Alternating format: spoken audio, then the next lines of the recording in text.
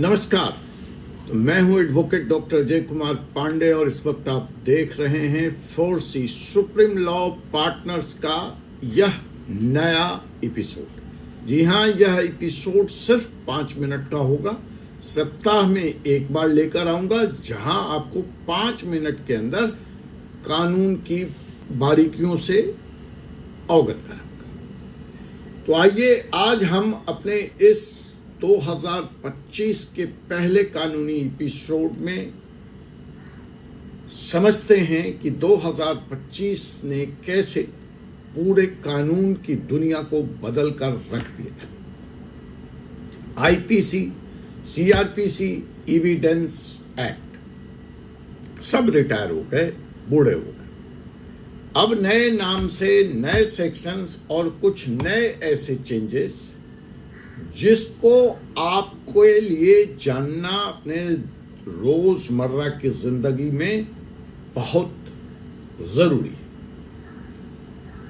ये जो बदलाव हैं ये आपके व्यक्तिगत जिंदगी को प्रभावित करना शुरू कर चुके हैं। अगर आप इनसे अवगत नहीं हैं तो प्लीज अवगत हों।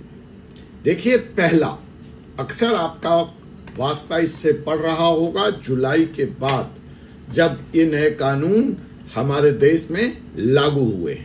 तो जो पहला मेजर चेंज है, अभी देखिए थोड़ा सा विषय से अलग है, लेकिन दिल्ली में इस वक्त हंगामा मचा हुआ है। वकील स्ट्राइक्स पे हैं, हाई कोर्ट उनका समर्थन कर रहा है, सुप्रीम कोर्ट उनका समर्थन कर रहा है।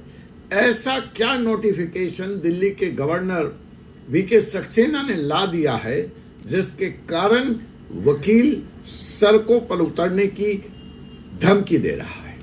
तो आइए समझते हैं, हम कभी दिल्ली वाले इस मसले पर और चर्चा करेंगे, लेकिन फिलहाल उसी से जुड़ा यह मसला है कि एफआईआर और इन्वेस्टिगेशन रूल्स, इसी को लेकर दिल्ली में विवाद है। एफआईआर और नया इन्वेस्टिगेशन रूल क्या आया है बीएनएसएस के हिसाब से। पहली बात कि बीएनएस आपको यह स्वतंत्रता देता है कि आप अपना एफआईआर डिजिटल मोड से अर्थात ईमेल से फाइल कर सकते हैं और इसमें ऑडियो और वीडियो दोनों तरह के एविडेंस अलाउड होंगे।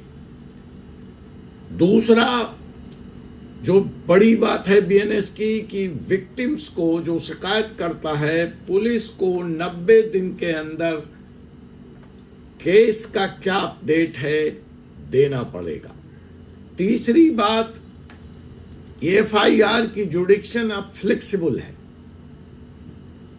आप कहीं भी बैठे, कहीं भी किसी भी मसले की शिकायत दर्ज कर सकते हैं। अब आपको उस थाने में जाने की जरूरत नहीं है जहां घटना हुई है या जिस थाने का जुडिक्शन है। अर्थात किसी भी पीएस में ईएफआईआर हो सकती है।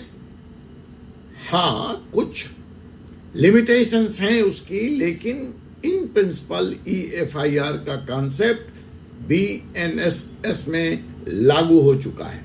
इन सब से फर्क क्या पड़ने वाला है? कंप्लेन प्रोसेस फास्ट होगी और वेरीफाई करने का जो चक्कर होता था जुडिक्शन सा, उससे भी शिकायतकर्ता को आराम मिलेगा, निजात मिलेगा, छूट मिलेगा। दूसरा बड़ा चेंज, बेल, जमानत और डिटेंशन पुलिस के द्वारा आपको थाने में बंदी बनाए जाने को लेकर आया है। बीएनएसएस प्लस बीएनएस दोनों क्या कहता है कि कुछ मामलों में अब आपको टाइम बाउंड बेल हियरिंग देनी पड़ेगी। दूसरा, पुलिस कस्टडी मैक्सिमम 15 दिन की होगी, बट इसको बढ़ाकर 60 और 90 दिन भी किया जा सकता है फेज वाइज कोर्ट के परमिशन के बाद। तीसरी बात, जो कुछ वेलिएबल ऑफेंस थे पुराने आईपीसी के अनुसार, अब वो नॉन वेलिएबल बन गए हैं। अर्थात जो जमानत की शर्तें हैं वो पूरी तरह से बदल गई हैं दोनों के लिए, वो डिफेंस लॉयर्स और एक्यूज्ड। तो इस 5 मिनट के एपिसोड में इस बार बस इतना ही। फिर आपसे मुलाकात होगी अगले एपिसोड में। मुझे advocate doctor Jay Kumar Pandey, Supreme Court of India को अनुमति दीजिए। जय हिंद, जय भारत, जय संविधान।